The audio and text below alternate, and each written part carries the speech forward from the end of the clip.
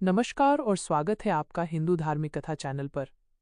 दोस्तों, यदि आपने अभी तक चैनल सब्सक्राइब नहीं किया है तो तुरंत कर लीजिए, क्योंकि यहाँ आपको ऐसी रहस्यमयी, अद्भुत और ज्ञानवर्धक कथाएं सुनने को मिलेंगी जो आपके मन और आत्मा दोनों को स्पर्श करेंगी।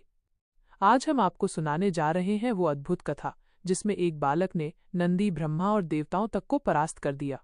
वो बालक कोई और नहीं बल्कि स्वयं भगवान गणेश थे, जिनका जन्म, युद्ध और फिर हाथी का सिर लगना सृष्टि का रहस्य बन गया। तो बात है तब की, जब माता पार्वती कैलाश पर्वत पर स्नान कर रही थीं। उन्होंने अपने शरीर पर लगे उबटन से एक सुंदर और तेजस्वी बालक की रचना की। वो बालक इतना मनमोहक था कि उसे देखकर ऐसा प्रतीत होता मानो साक्षात देवता अवतरित हुए हों। माता ने उसमें प्राण फूंके और प्रेम पूर्वक उसे अपना पुत्र बना लिया। पार्वती ने उससे कहा, पुत्र, जब तक मैं स्नान कर रही हूँ तब तक कोई भी भीतर प्रवेश न कर पाए। ये तुम्हारा पहला कर्तव्य है। बालक ने सिर झुकाकर वचन दिया कि चाहे कुछ भी हो, वो माता के आदेश का पालन करेगा। उसी समय कैलाश पर सबसे पहले नंदी पहुंचे। वे महादेव के गणों में अग्रणी और अति बलशाली थे। नंदी ने हंसते हुए कहा, बालक, ये तो स्वामी शिव का निवास है, हमें भीतर जाने दो। किंतु बालक ने गंभीर स्वर में उत्तर दिया, माता के आदेश से कोई भी भीतर नहीं जा सकता।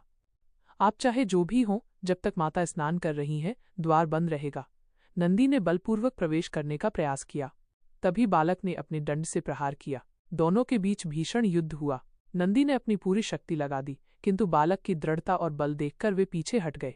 नंदी ने देवताओं से कहा, यह कोई साधारण बालक नहीं है, इसमें अद्भुत सामर्थ्य है। फिर स्वयं सृष्टिकर्ता ब्रह्मा जी वहां आए। उन्होंने मधुर वाणी में समझाया, पुत्र, मैं ब्रह्मा हूँ। ये स्थान तुम्हारे पिता महादेव का है, हमें प्रवेश करने दो। पर बालक ने दृढ़ स्वर में कहा, मेरे लिए माता का आदेश ही सबसे बड़ा है। चाहे स्वयं ब्रह्मा क्यों न हूं, जब तक माता की अनुमति नहीं है, कोई भी भीतर नहीं जा सकता।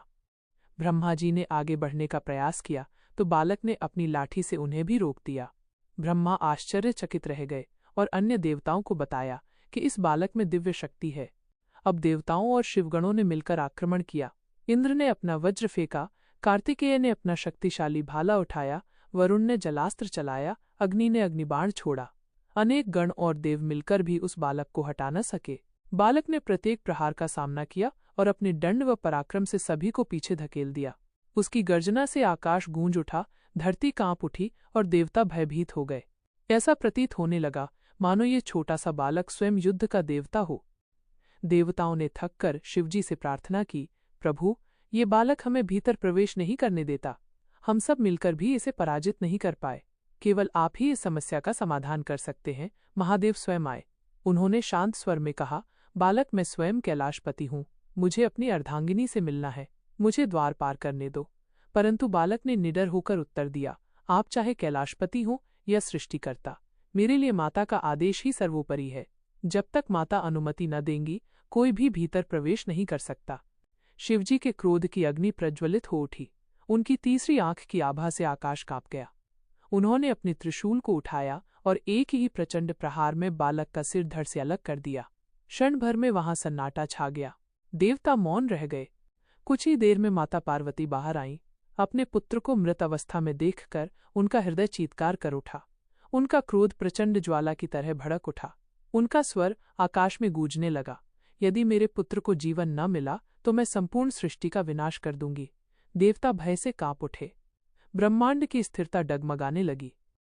सभी देवताओं और ऋषियों ने महादेव से निवेदन किया, प्रभु, माता के क्रोध को शांत कीजिए। यदि वे प्रलय ले आईं तो तीनों लोक नष्ट हो जाएंगे। तब शिवजी ने कहा, उत्तर दिशा में जो पहला जीव मिले उसका मस्तक लाकर इस बालक पर स्थापित करो। गण दौड़े और उत्तर दिशा में उन्हें एक विशाल हाथी मिला। उसका सिर लाकर प्रस्तुत किया गया। शिवजी ने उस हाथी का सिर बालक के धड़ पर लगाया और उसमें प्राण फूंक दिए। क्षण भर में बालक पुनः जीवित हो उठा, किंतु इस बार उसके सिर पर हाथी का मस्तक था। देवताओं ने उल्लास मनाया और कहा, यह कोई साधारण बालक नहीं, यह स्वयं विघ्नहर्ता है। अब से किसी भी शुभ कार्य का प्रारंभ सबसे पहले इनके स्मरण से होगा। ये होंगे सर्वप्रथम पूज्य। इस प्रकार उस बालक का नाम हुआ गणेश। वही गणेश जी जो आज हर पूजा में सबसे पहले स्मरण किए जाते हैं। जय गणेश देवा,